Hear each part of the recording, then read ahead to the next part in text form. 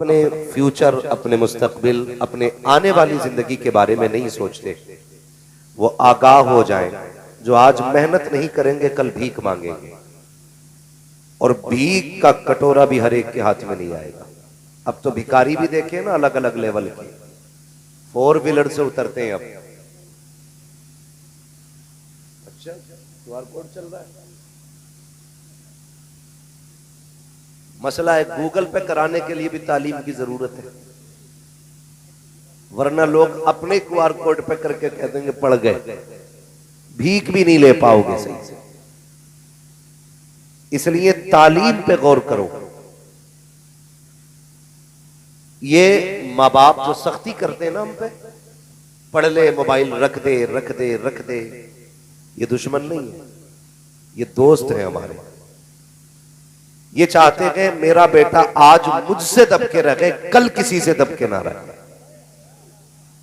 और जो बचपन में बाप के ऊपर हो जाता है वो पूरी जिंदगी दूसरों से नीचे दबके रहा करता है।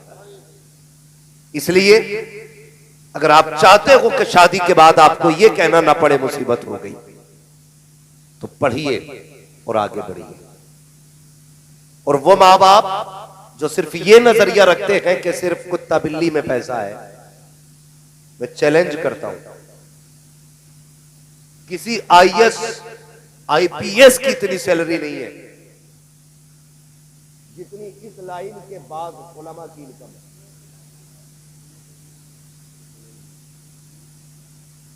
ये बात जहन नशीन कर लें, IAS IPS की इतनी इनकम नहीं जितनी रब ने इल्मे दीन हासिल करने वालों की इनकम रखी है। रह गई बात किसी की 5 क्यों है, 6 क्यों है, तो पहली बात यूं समझ लें, तनकीदी दुनिया है, तनकीदी मिजाज है। मैं चूंकि एक दीवाना मिजाज आदमी, फतवे कमरे में लगाना हक करके वहां बात होगी, लेकिन कह जाऊं, हम हुजूर की उम्मत में हैं, हम हुजूर की उम्मत में हैं। रब ने 50 दी थी, हुजूर ने 5 हम तक पहुंचाई, 45 माफ करा दी। रब ने कहा महबूब परेशान क्यों होता है, मैं 5 के आगे एक 0 और लगा के 50 का सवाब दे दूंगा। तो जिन लोगों की 5000 तनख्वाह है ना, अल्लाह उनके 5000 में 50,000 की बरकत अता फरमाया करता है। ये भी है, मैंने 80,000 रुपए लेने वाले टीचरों को हाथ फैलाते देखा है, लेकिन 5,000 लेने वाले इमाम को हाथ फैलाते नहीं देखा। इसलिए कि उसके गुजारे सिर्फ रकम से नहीं होते, उसके घर के गुजारे मदीने वाले के करम से हुआ करते हैं। तो ये तो जहन से निकाल दीजिए कि सुकून सिर्फ कुत्ता बिल्ली में। इसे भी पढ़िए, वरना वही पैरासीटामोल जो 75 पैसे की आती है, वही कालपोल, ये सारी टेबलेटें उल्लू बना के 75 रुपए में एक दी जा रही है, और पूरा देश गधा बना खड़ा है। कोई इस बात पर ऑब्जेक्शन इसलिए नहीं उठाता कि वो टैक्स ले रहा है, उसे तो मिल रहा है ना सिग्नेचर का पैसा, जाता किसका है, गरीब का। अगर आप पढ़ जाएंगे ना, तो जरूरी नहीं है कि आप महंगी कंपनी की दवा लें, आप साल्ट देख के 1.5 रुपए की टेबलेट में भी काम चला सकते हैं। इसलिए तालीम बहुत जरूरी है। पढ़ेंगे इंशाअल्लाह, शादी करेंगे इंशाअल्लाह, माशाअल्लाह, अल्लाह सलामत रखे। ये शादीशुदा लोग बोल गए इंशाअल्लाह। मेरा सवाल तो उन लोगों से था जिनकी नहीं, ठीक है जी। और जो शादीशुदा बोले वो भी गलत नहीं किए। अल्लाह सलामत रखे सारे लोगों को। मैं बस कुछ चंद बातें आपसे कर लूं, सुने जरा तवज्जो से। तवज्जो है सारे लोगों को, जरा कह दें या रसूल अल्लाह। बहुत आसान होता है सेहरे की तैयारियां करना, बहुत आसान होता है दुल्हा बनना, और उससे भी कहीं आसान होता है कबूल कबूल कबूल कहना। ये सबसे आसान है, लेकिन सबसे मुश्किल होता है निकाह के बाद की जिंदगी में अपनों के एतमाद पर बाकी रहना। आप गौर कीजिएगा, अल्लाह ना करे ऐसा हो, फर्ज कर ले नातिक भाई कल दूल्हा, परसों दुल्हन आ जाए, मदरसे की 17 साल की तालीम एक पल्ले में रखी जाए, बीवी की एक रात की तालीम एक पल्ले में।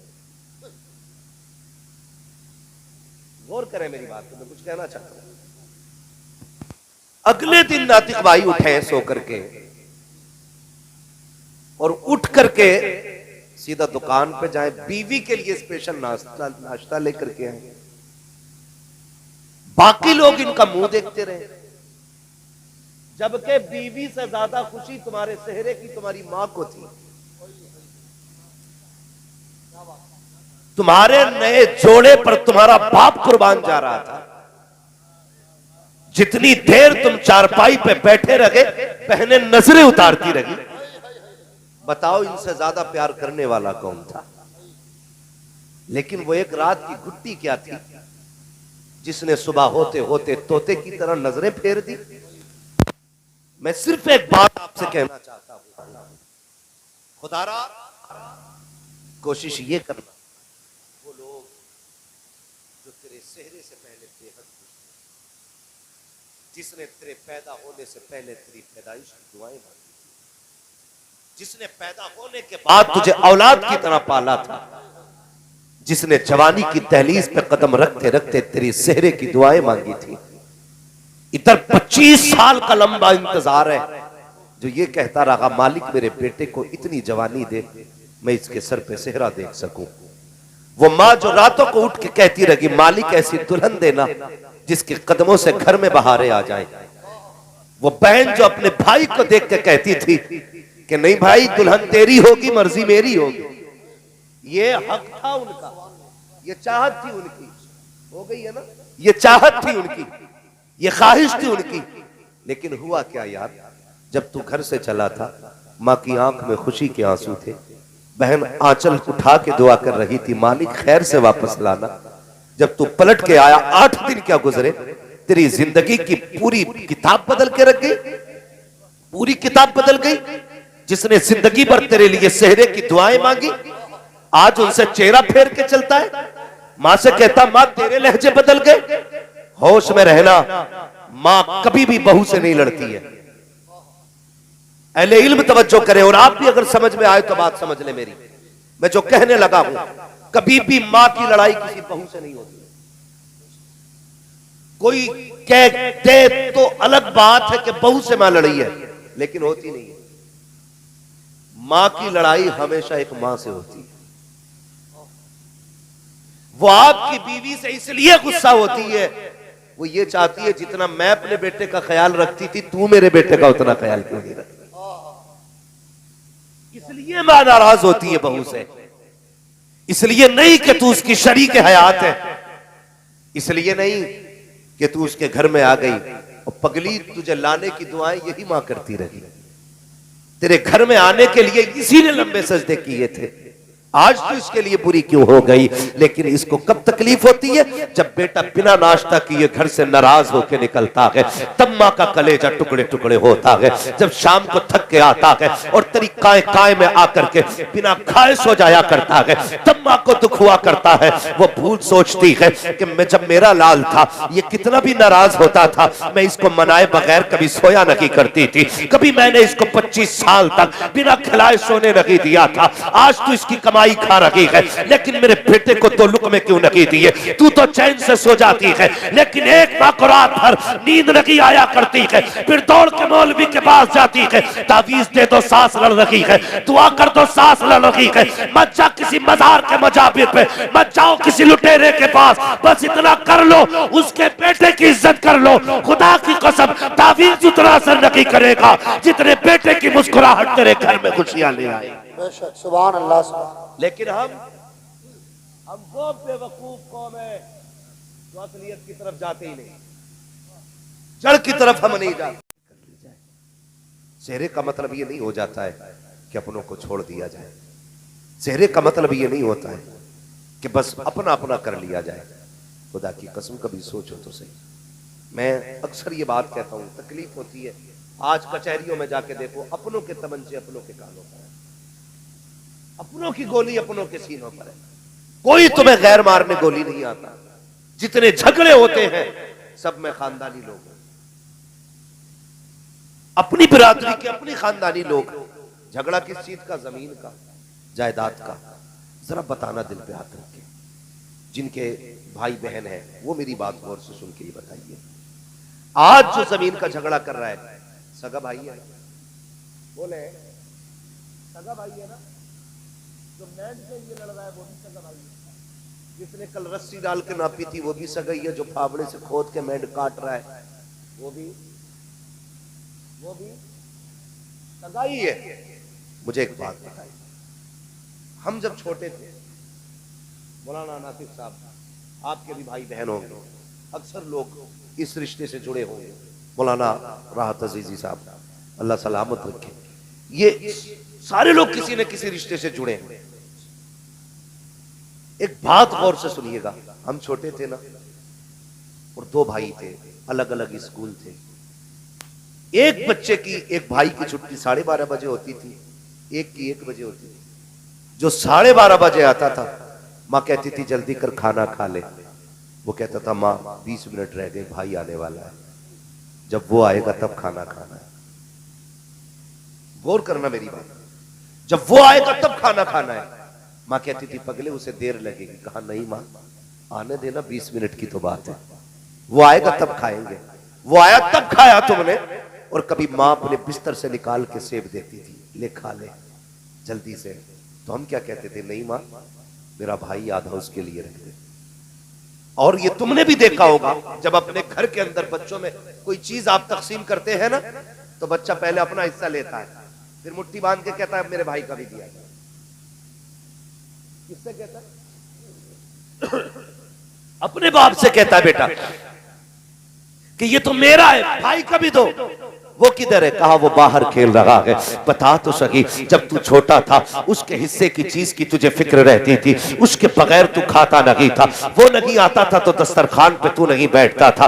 आज बता तो सही, दहलीज भी वही है, रिश्ते भी वही है, रगे भी वही है, लहू भी वही है, खानदान भी वही है, चेहरे भी वही है, नाम भी वही है, रिश्ता भी वही है, लेकिन दूरियां क्यों हो गई है? पहले भाई को छोड़ करके तुम एक प्लेट में खाते नहीं थे, आज भाई के सामने तुम एक लुकमा खाने तैयार नहीं होते हो। कितनी दूरियां पैदा हो चुकी है कि बेटे से कहते हो देख के आ, तेरा बाप कौन सी मस्जिद में गया है जुमा पढ़ने?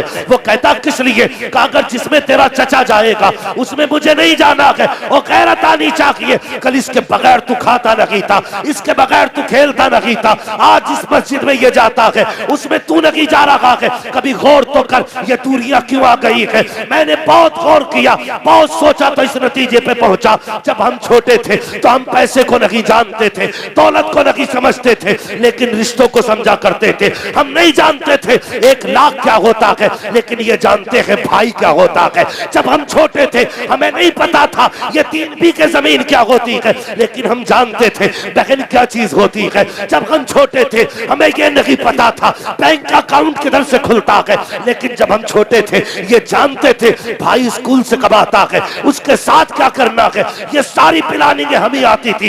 ये दूरियां किस लिए हो गई? जब से पैसे गिनने आ गए दूरियां होनी शुरू हो गई। जब से जमीन की पहचान हो गई दूरियां होनी हो गई शुरू। जब से पैसों की तादाद बढ़ी अपनों के रिश्ते टूट गए। मैं इस नतीजे पे पहुंचा, जब तक दिल के अंदर दौलत लगी थी रिश्ते थे, जब से दौलत आई है दिलों से रिश्ते निकल गए हैं। तुम्हें खुदा का वास्ता किसी भी दौलत को रिश्तों के मुकाबले में मत लाना, इसलिए कि दौलत मेहनत से मिल जाती है, रिश्ते खुदा की कसम नसीबों से मिलाकर। बेशक। नारे तकबीर, नारे रिसालत, नारे हैदरी, मसलके आला हजरत अल्लामा मुफ्ती हम्माद साहिब क़िबला। और एक बात बता दूं, मेरे हुजूर ने फरमाया था सिल मन क़ता, जो तुझसे जोड़ तोड़े तू उससे जोड़। अगर मौलवी अपने कमीने रिश्तेदार से भी मिलता है ना, कमजोर नहीं है, ये तो झुक गया नबी का फरमान सुन के। हाँ, ये झुक गया हुजूर के फरमान की वजह से। ये हमें करना है। जो तुमसे दूर जा रहा है। लोग कहते हैं तू हमसे 5 कदम हटेगा हम 50 हटेंगे। ये कौन सी तारीफ की बात हुई भाई? तो उससे बड़ा कमीना निकला। तू तो ये कह तू 10 कदम हटेगा मैं 5 कदम और तेरी तरफ बढ़ूंगा। ये है असल इस्लाम। लेकिन हमारी जिंदगी तो हम 6 उम्रे करिए 3 हज करिए, लेकिन आज तक कमीनापन हमारे अंदर से नहीं। जमीनों के झगड़े आज भी हमारी खेत की करवट में चल रहे हैं। किधर गया तेरा इस्लाम? क्या सीख के आया मदीने से? जब तू हुजूर की जालियों के करीब पहुंचा तो तुझे हुजूर की जिंदगी याद नहीं थी? कहता मैं गया तो दीवाना हो गया तो गुंबद खजरा देख के, और यहां आकर के वही मैंड का झगड़ा। खुदारा जब मदीने जाया करो ना तो ये भी सोचा करो ये वो महबूब लेटा गए जिसने अपने कातिलों को भी माफ किया था। भूल गए हम लोग? फतह मक्का का दिन था जब सब कांप रहे थे ना, और सब ये सोच रहे थे आज बचने का कोई मौका ही नहीं है। हुजूर ने फरमाया था मुझसे क्या उम्मीद रखते हो? तो कहा था आप करीब इतने करीब है। तो मेरे हुजूर ने क्या कहा था? फरमाया जाओ आज मैंने सबको आजाद कर दिया है। ये इस्लाम है हमारा, ये दीन है हमारा। लेकिन हमने क्या किया? पढ़े अपने नबी की तारीफ को, देखें उनकी जिंदगी को। 6 उम्रे कर लेना काफी नहीं, 5 हज कर लेना काफी नहीं। खुदा की कसम उनकी मोहब्बत में जिंदगी हिंदुस्तान में गुजार दे, मदीने की तमन्ना लेके मर जा। जब कयामत में आंख खुलेगी तो मदीना शरीफ की जमीन नजर आएगी। कमाल ये नहीं है उधर उड़ के जाया जाए, कमाल ये है कि यहां मदीना बनाया जाए। अपने दिलों को मदीना बनाइए। बहुत खुशियां मनाता है, बेटे की पैदाइश में बाप को खुशी है। खुदारा मेहरबानी करें, टूटने वाले रिश्तों को जोड़ने की कोशिश करें। करेंगे इंशाअल्लाह? सारे बोले इंशाअल्लाह। तो कभी भी दौलत और रिश्तों को तोलना मत। दौलत जाएगी फिर आएगी, फिर जाएगी फिर आएगी, ये कभी किसी की नहीं हुई है। ये कभी किसी की नहीं हुई है। और भाई मैं एक बात कहता हूं, मुझसे कई बार लोगों ने कहा तू कैसा मौलवी है यार, गांव में घर बनाया तूने, तुझे तो शहर में आ जाना चाहिए था।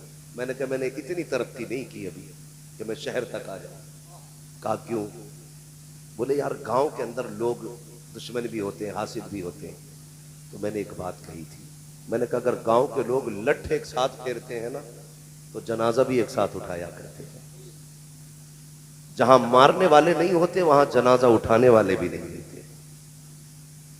तो ये नाराजगी अभी एक खूबसूरती है, लेकिन सबसे बड़ी खूबसूरती यह है कि फिर माफ कर लिया जाए, फिर माफ कर लिया जाए।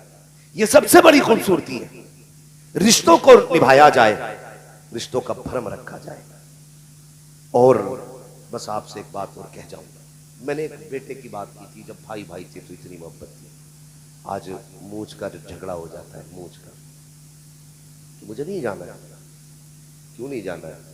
अब वो मेरा जो समधी है ना, उसने मुझे ऐसे बोला है। इतनी सी बात पे 10-10 साल बीत जाते हैं, बाप बेटी के घर नहीं जाता, बाप बेटी के घर नहीं जाता। फोन आते हैं बेटियों के, कोई तावीज होगा, मेरा भाई आ जाए, मेरा बाप आ जाए। खुदा की कसम एक बकरा पाल लो ना बकरा ईद के लिए 2 साल या 1 साल बकरा पाल लो तो कुर्बानी के वक्त उसे देख के रोना आता है।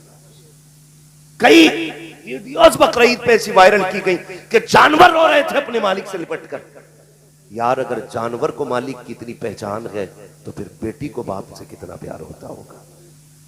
हमने उसके अरमानों का गला घोट दिया सिर्फ अपनी अना की खातिर, अपनी मूछ की खातिर कि मैं समधी के सामने नीचा नहीं होना चाहता।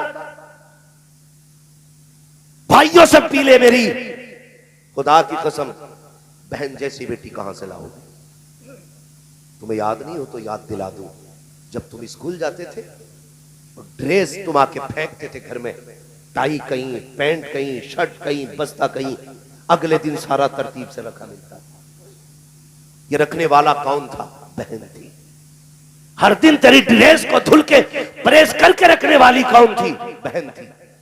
तेरे उठने से पहले तेरा नाश्ता तैयार करना, तेरा टिफिन बांधना, ये किसने किया? बोलो। बहन ने किया, आज कहते हो मुझे नहीं जाना उसके दरवाजे पे। शर्म कर, भूल गया तू जब तू ड्रेस पहन के चला था, कीचड़ में तेरा पैर लगा, जूते पे छींट आ गई, तूने मुड़ के कहा था उफ जूता सन गया। तेरी बहन ने इतना सुना, दौड़ के आई, क्या बात है? कहीं स्कूल को लेट हो रहा हूं, जूता सन चुका है। बहन ने कहा फिर परेशान क्यों होता है? उसने कहा जल्दी कपड़ा ला, साफ कर। बहन ने तेरे स्कूल का टाइम बचाने के लिए अपने सर की चादर उतार के तेरा जूता साफ किया था। भूल गया उस एहसान को? भूल गया उस एहसान को बहन के? खुदारा इनका एहसान माना करो और इनसे नाराज ना हुआ करो। अगर ये रूठ भी जाया करे तो इन्हें मनाया करो, आगे बढ़ के इनके पास जाके बैठा करो। अगर ये चेहरे भी फेर लिया करे तब भी इन्हें मनाया करो। अगर बहन बदबख्त और कमीनी क्यों ना हो, तू अपना हक अदा कर। अगर तू बहन को राजी करने के लिए कोशिश करेगा, खुदा की कसम मरने में देर लगेगी, तुझे जन्नती होने में देर नहीं लग सकती। कोशिश करो रिश्ते निभाने की। हमारे घर के दामादों को जहेज की तो फिक्र होती है, लेकिन रिश्तों की फिक्र नहीं है। उसे ये तो पता है जहेज में क्या आया था, क्या रह गया, लेकिन उसे ये नहीं पता है अभी तक कि इसके भी कुछ हुकूक है, इसके भी कुछ हक है। हम फिर आपसे एक बात कहना चाहेंगे, अगर आप चाहते हो अल्लाह आपकी बेटी को इज्जत दे, तो आप दूसरे की बेटी को इज्जत दिया करो। आप दूसरे की बेटी को इज्जत दोगे, अल्लाह आपकी बेटी को इज्जत अता फरमाएगा। समझ रहे मेरी बात? इसलिए कोशिश करें कि आप दूसरे की बेटी को इज्जत दिया करें। और अल्लाह ने इन रिश्तों में बरकत रखी है। मेहमान जब आते हैं ना, एक तो खाते हैं अपने नसीब का, और जब जाते हैं तो तुम्हारे घर में बरकत छोड़ जाया करते हैं। बेटियां शादी के बाद मेहमान बन जाती हैं, उन्हें देख के चेहरे ना बिगाड़ा करो। और कुछ दामाद खड़ूस टाइप के, मैं तो भाई इससे सख्त जुमला अगर मुझे आता मैं बोलता, ऐसे लोग भी हैं कि पूरा दिन मौज करेगा, लेकिन अगर बीवी चुपके से कहती सुनो जी मेरा बाप आने वाला है, कुछ ले आओ, तो अब औकात दिखानी शुरू करता रहा। अरे हराम की खाने के लिए कमा के रख दिया था, ला के रख दिया था। शर्म किया कर यार, शर्म किया कर, दिल टूट जाता है उसका।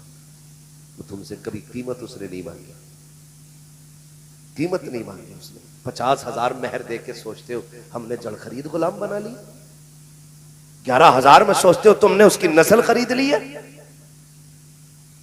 एहसान मानो उसका यार, एहसान मानो। किस गर्मी में तुम्हें बना के खिलाती है, अपने सगे भाई से लड़ जाती है तुम्हारे लिए, अपने बाप से लड़ जाती है तुम्हारे लिए। और तुम क्या कहते हो? तुम क्या कहते हो कि तेरे बाप ने कमा के रख दिया, हराम का है। जब तू यारों पे खर्च करता है तब तुझे पैसे की कदर मालूम नहीं होती, जब रिश्तेदारों पे खर्च करने की बात आती है तब कलेजे फटा करते हैं। याद रखिएगा, जो रिश्तेदारों पे खर्च करने से बचता है, अपने ऐसा करीबा पे खर्च करने से बचता है, रिश्तेदारों को खिलाने से बचता है, उसके घर में रहमत रखी नहुसत आया करती है। अगर चाहते हो घर में बरकत आए, रिश्तेदारों को मुस्कुरा के खिलाया करो, खुदा की रहमतें मुस्कुरा के आया। मैं तो नासिर साहब से उम्मीद करता हूं, ये तो आलिम दीन है, इनसे तो ये उम्मीद नहीं की जा सकती कि कोई ऐसा जाहिलाना काम जो हमारे समाज में होता है हमारी कौम के लोग करेंगे, हमारी जमात के लोग करेंगे। मगर आपसे इतनी गुजारिश है, आप रिश्ते निभाने की कोशिश कीजिए, रिश्ते निभाने की कोशिश कीजिएगा। दीनदार लाइए तलाश करके बेटियां अपने घरों में, इसलिए कि जब औरत पारसा होती है तो फिर नस्ल भी पारसा होती है। तुम्हारे बच्चों के सुधरने बिगड़ने के जिम्मेदार मौलाना लोग नहीं है, ये भी सुन लो कान खोल के, समझ रहे मेरी बात? आपके बच्चे अगर बिगड़ते हैं तो इसके जिम्मेदार मौलाना लोग नहीं है। दो पानी बहुत कीमती होते हैं, एक वो जिसे ट्यूबवेल का पानी कहते हैं, उससे फसल पाली जाती है, एक वो जिसे रातों को उठ के सजदे पे आंसुओं के जरिए बहाया जाए, उससे नस्लें पाली जाती हैं। जब तक माँ बाप उठ के औलाद के लिए मुसल्ले पे दुआएं करते थे ना, तब तक नस्लें अच्छी होती थी। जब से इन्होंने उठना छोड़ दिया, फिर नस्लों ने सुधरना छोड़ दिया। आदी बने इस चीज के। मौलवी अपना काम करेगा, आप अपना काम करो। आप उठे कभी बच्चों के लिए? कभी नहीं। खुदारा नस्लें ऐसे नहीं सबरा करती है। नस्लों के लिए माँ बाप को भी मेहनत करनी पड़ती है।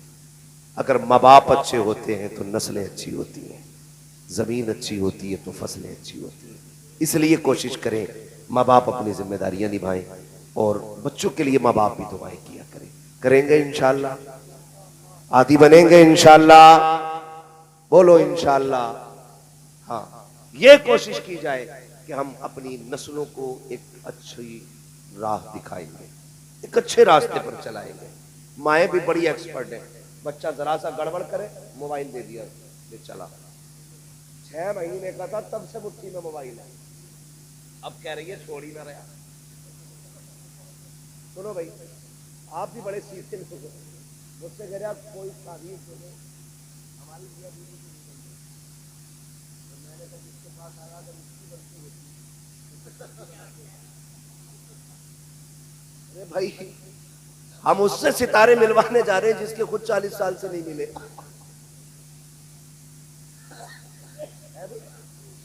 उसके पास जा रहे हैं सितारे मिलवाने जिसके खुद गर्दिश में चल रहे हैं, जिसके खुद गर्दिश में चल रहे हैं। अगर सितारे मिलाने हैं ना तो फिर मुसल्ले बिछाया करो और रब को आवाज दिया करो, मालिक सुकून दे दे। जब वो सितारे मिलाता है तो फिर कोई बिगाड़ नहीं सकता है, फिर कोई नहीं बिगाड़ सकता है। वो बैठा हुआ कह रहा ले डोरी ले जा, बीवी तेरी सुनेगी। अंदर से बीवी झाड़ू लेके आई तो अब तक नहीं उठा। नहीं, बाबा खुद झाड़ू से पिट गया। ये सितारे इन बाबाओं से नहीं मिल रहे, ये सितारे आपको खुद मिलाने। वो कैसे? जब बीवी आए तो पहली रात उससे अपने भाई की बाप की बुराई मत करना। जितना हमदर्द समझना है ये गधा, सबसे पहले कहता मेरे भैया से होशियार रही है, परसों जेब काट ली थी और मेरी अम्मा से तो बच के ही रही है। चाबी उसकी जेब में जो रहती है 8-10 है, कोई सा भी ताला खुल सकता है। जो सारी बातें एक रात पहले बता दी तूने, अब वो इज्जत करेगी तेरे भैया, बाप की इज्जत करेगी वो, माँ की इज्जत करेगी वो। होशियार बनते हो ना। तारीख उठा के देखे, मेरे हुजूर का आंगन है, आने वाली खातून हजरत हलीमा सादिया है। जैसी आई घर के अंदर, हजरत खदीजतुल कुबरा उठ के खड़ी हो गई। जितनी देर घर में रही, हजरत खदीजा बैठी नहीं। महबूब अलैहिस्सलाम ने फरमाया खदीजा ये बताओ जब तक हलीमा सादिया यहां रही मेरी अम्मी, आप बैठी क्यों नहीं? कहने लगी महबूब इसलिए नहीं बैठी कहीं उनके हुक्म की तामील में ताखीर ना हो जाए। क्या बोले? कहीं उनके हुक्म की तामील में देर ना हो जाए, इसलिए बैठी नहीं थी। क्योंकि उम्मुल मोमिनीन ये कहने लगे मैंने पूरी जिंदगी महबूब को अपनी माओ का इज्जत से तज़किरा करते सुना था। अगर तुम बीवी के सामने मां का इज्जत से तज़किरा करोगे, उसकी हिम्मत नहीं है वो कह सके मेरा बच्चा नहीं खिलाया। लेकिन हम क्या करते हैं, मैं ये वो बातें बताते जा रहा हूं, ना कॉलेज ना स्कूल ना किताबें कहीं नहीं मिलने वाली। ये बातें सिर्फ उलमा की रहती है, आपको मिलेगी। आप कॉलेज और स्कूल के जरिए इंजन सवार सकते हैं, चाहे वो टेम्पू का हो या हवाई जहाज का हो, लेकिन मुस्तफा के मदरसे के जरिए जिंदगी सवार सकते हैं। समझ रहे मेरी बात जो मैं कहना चाह रहा हूं? ये औरतों तक तो बात नहीं जा रही होगी, आप लोगों आवाज वहां तक पहुंचा दी। अब क्या बताऊं तुम्हें, लेकिन फिर भी सुन लो। हम उनके माँ बाप की भी इज्जत करें और अपने माँ बाप की, इसमें घर बेहतर चलेगा, इसमें घर बेहतर चलेगा। यही कोशिश मत करना मैं बैठूं तो वो जूते उतारे, वो मोजे खुद अपने हाथ से उतारे। तुम उसकी खुशियों का ख्याल करो, वो आपकी खुशियों का ख्याल करेगी। ऐसे घर बेहतर चलते हैं। कितनी बातें मैंने इसलिए भी बता दी मौलाना नातिक रज़ा तक पहुंच जाए, ताकि आने वाली जिंदगी और भी खुशहाल हो जाए। मैं जानता हूं आलिम भी हैं, फाजिल भी हैं, लेकिन याद रखिएगा सारे इल्म किताबों से नहीं, कुछ तजर्बों से भी आया है ना। अक्सर बातें तजुर्बों से मालूम होती हैं। इसलिए हम ये चाहते हैं कि घरों के हालात बेहतर हों तो रिश्तों को बेहतर करें, उनके ही घर वालों की इज्जत आप करें। अपनी बीवी से पहली रात में सबकी बुराई नहीं करनी है। करेंगे? बोलो, करेंगे? डर क्यों रहे हो भाई? ये कैमरा तुम्हारी तरफ नहीं है, ये कैमरा तुम्हारी तरफ नहीं है। बोले करेंगे इंशाल्लाह। नहीं करेंगे ना? हाँ, कभी भी बुराई ना कीजिएगा। बस एक बात समझा देना अपनी बीवी को, मेरे माँ बाप मेरी जन्नत है और मैं तेरी जन्नत हूं। अगर तुझे मेरी अपनी जन्नत बचानी है तो मेरी जन्नत भी बचा के रखनी होगी। सीधी बात है। और हुजूर ने इरशाद फरमाया तेरे 3 बाप हैं। कितने? कितने? एक पापा कहते हैं तो मुंह पूछता है, ये 3 बता के जा रहा है, लेकिन इसमें एक पापा वो है जिसे वो 2 पापा। हुजूर ने फरमाया तुम्हारे 3 बाप हैं। एक वो जिसने तुम्हें जन्म दिया, एक वो जिसने तुम्हें तालीम दी, और एक वो जिसने तुम्हें बेटी दी। इन तीनों का एहतराम करना। और आज इन तीनों की सबसे ज्यादा बेकदरी है। सबसे बड़ी बेकदरी जो है ना आज उस्ताद की है। पीर को भी साल में 2 बार मुसाफा मिल जाए, उस्ताद को तो एक ही बार 500 रुपए मिलते हैं दस्तारबंदी, और एक जालजट का कपड़ा। अरे जालजट के ही देना, अच्छा सूट ही नहीं देते, बस इतना। तो इन तीनों की इज्जत करनी है। इन तीनों की इज्जत करेंगे इंशाअल्लाह। अल्लाह ताला नातिक भाई की जिंदगी में बेपनाह बरकत अता फरमाए। और ये एक आलिमाना शान थी, इतना अजीम प्रोग्राम रखा गया, नात खानी हुई, हुजूर की बातें हुई, तज़किरे हुए। इंशाअल्लाह कल देखना दूल्हा भी बनेंगे, और इंशाअल्लाह इनकी शादी के मौके पर सारे लोग दुआएं मांग लेना जिनकी नहीं हो रही है। अल्लाह इस आलिम की शादी के सदक़े में हमारी करा दे। जब तालिब इल्म कब्रिस्तान से गुजर जाए अल्लाह साहब उठा लेता है। अगर इसकी शादी में चले जाओ तो सदक़े में 2-4 तो करा ही देगा। मोमिन से तो अच्छी उम्मीद रखनी चाहिए ना। अल्लाह ताला सबके घरों में बरकत अता फरमाए, सबको दोनों जहान की नेमतें अता फरमाए। देखो कल बारात में नहीं तो ऐसा ना लोग आधे बगैर नहाए जाए बारात में, बड़ा मसला हो जाता है। कोई चीज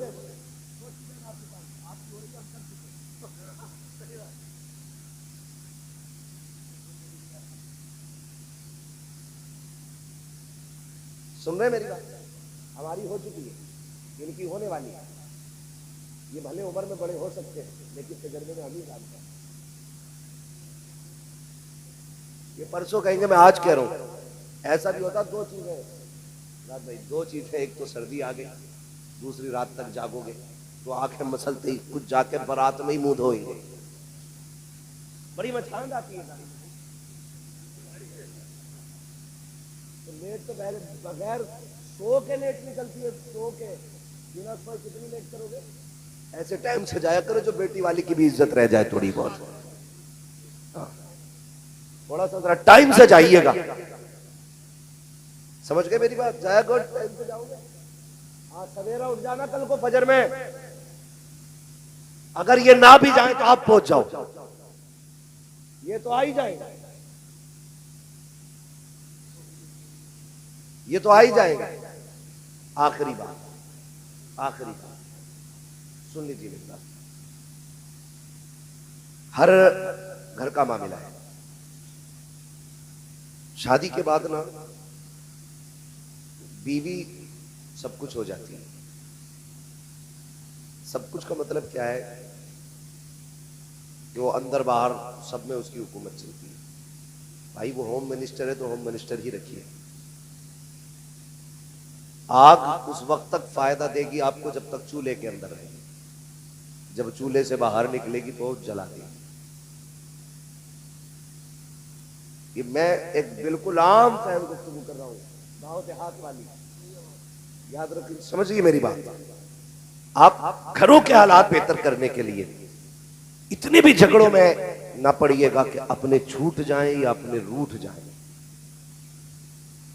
और ऐसे टाइम पे यार क्या बात करनी है, इतनी रूठ मनव्वर होती है, सुबह से दोपहर तक बैठा रहेगा और बारात के टाइम भाग जाएगा, बारात के टाइम भाग जाएगा, क्योंकि अब मनाने आओ, अब वो बेचारा सेहरा संभाले कि तुझे संभाले, वो शेरवानी उठाए फिर जाए, चच्चा कहाँ गया, कहीं उधर को निकल गया, खालू किधर गया, तो उधर को चला गया। नहीं मैं तो रिश्ते सभी के हैं, लेकिन जहालत इतनी बढ़ गई है,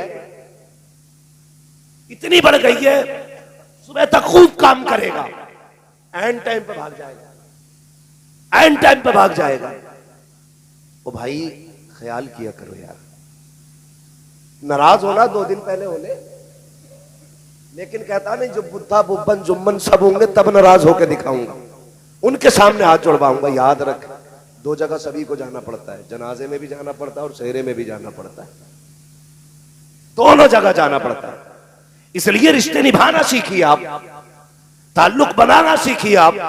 अगर आपको नहीं आता हो तो फिर मुस्तफा से सीखिए।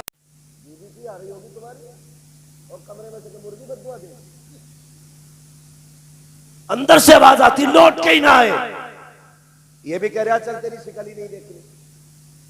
जब इस तरह के जुमले होंगे तो फिर बच्चे इब्लीस पैदा नहीं होंगे।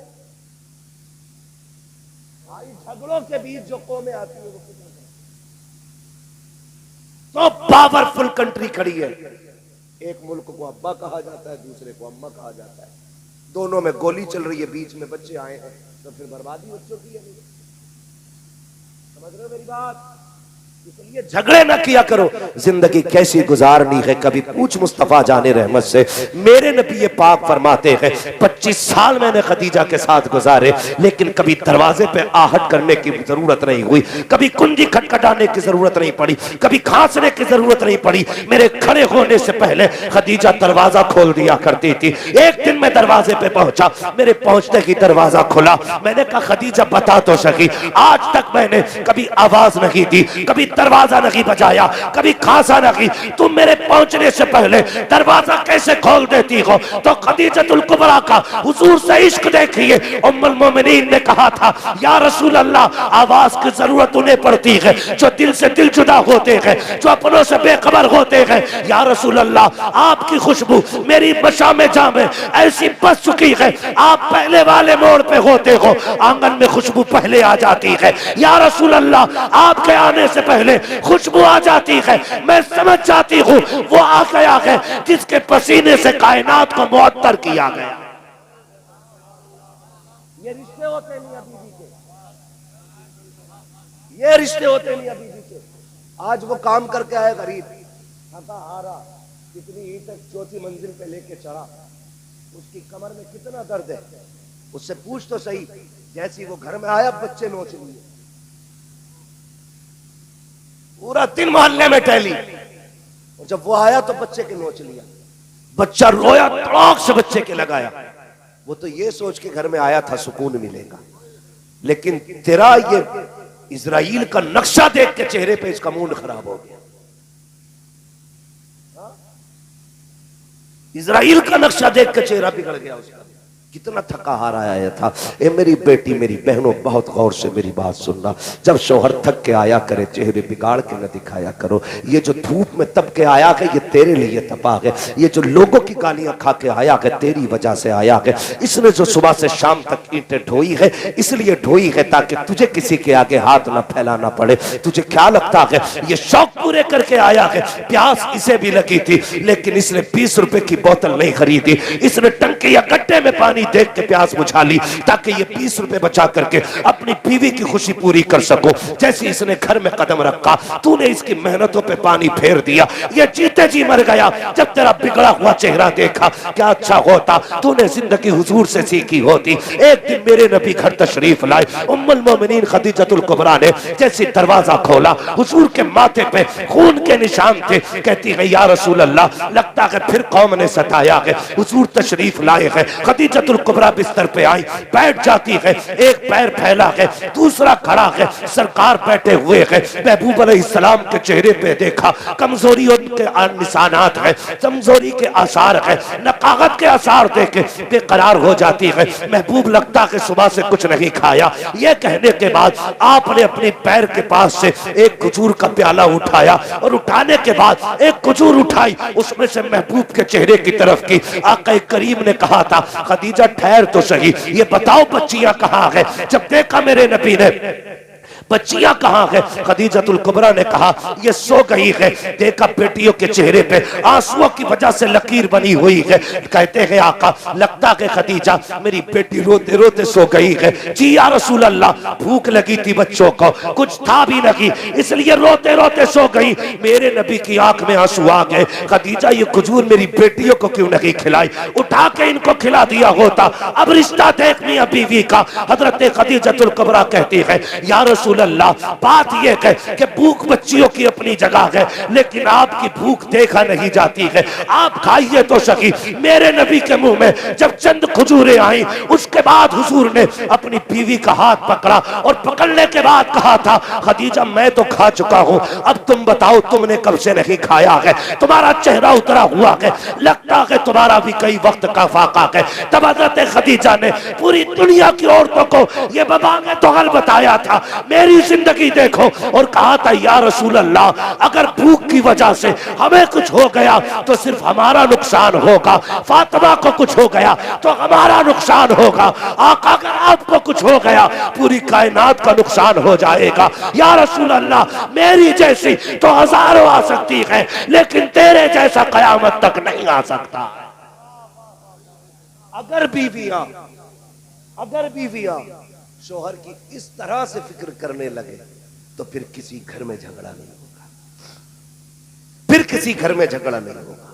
इसलिए खुदा रहा घरों के हालात बेहतर करो। तुमसे भी गुजारिश है बीवियां शोहरों का ख्याल करें। शोहरों से गुजारिश है तुम जो जाके ना खड़े हो जाते हो चौराहे पे, पूरा दिन बकरी की तरह पकौड़ी शकौड़ी पापड़ शापड़ खा के आते हो, तुम तो दिन भर खाते रहे।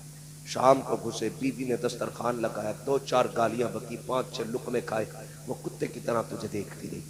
एक बार तुम नहीं कह सकते खा ले, बीवी नहीं पूछ सकती तूने खाया क्या, खाया और यूं धकेल दिए बर्तन।